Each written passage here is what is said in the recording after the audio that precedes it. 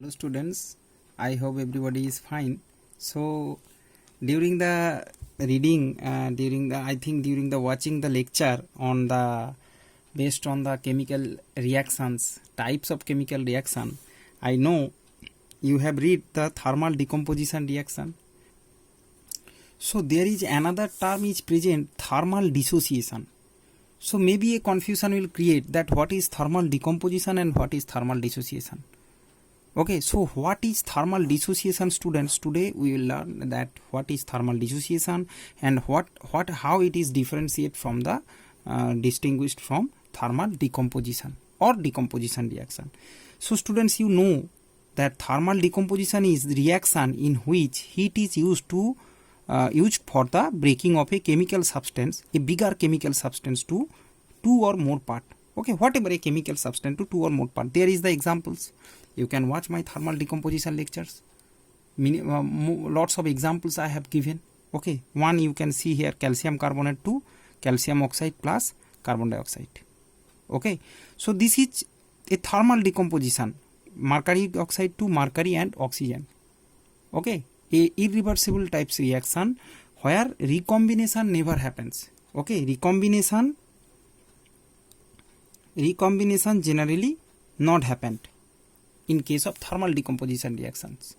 But thermal dissociation is a simultaneous reversible decomposition. Understand?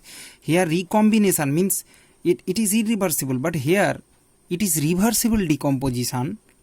Okay, it is a type of decomposition, but it is reversible where reaction brought about only decomposition reaction brought about only by heat. It is also only by heat, but it is reversible. There is two examples in your book that I have given. You can see ammonium chloride, ammonia plus HCl. Okay, see students, if in a vessel, suppose there is a vessel, if you put ammonia and HCl, what happened? Ammonium chloride will produce.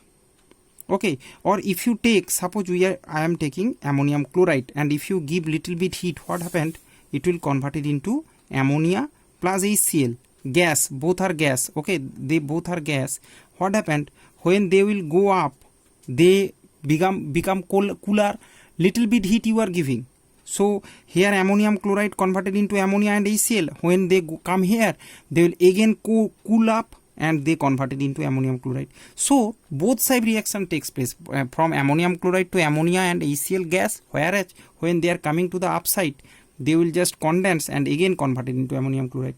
So that is a thermal dissociation. Similarly, you can see here it is nitrogen tetroxide. 4 oxygen means nitrogen tetroxide. Okay, dinitrogen tetroxide also you can see, no problem. Nitrogen tetroxide, presence of heat, they will convert it into nitrogen dioxide. Similarly, suppose in a vessel you N2O4, and if you give little bit heat, what happened? They will convert it into NO2. When NO2 come this above side, again become cold and converted into N2O4. Okay, 2 molecule NO2, again they convert. So that is the reversible types of dissociation. You are giving heat, but product and reactant, they are reversible.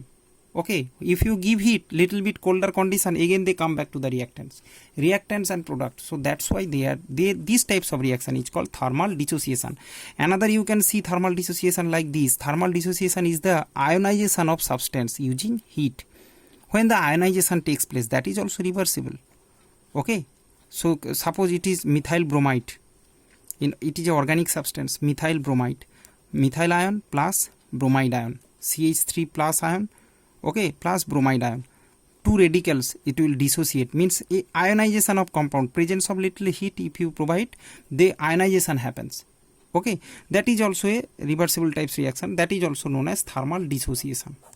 Okay, so student, this is it, thermal dissociation and thermal decomposition. I hope your concept clear regarding these two terms, and thank you very much. God bless you all.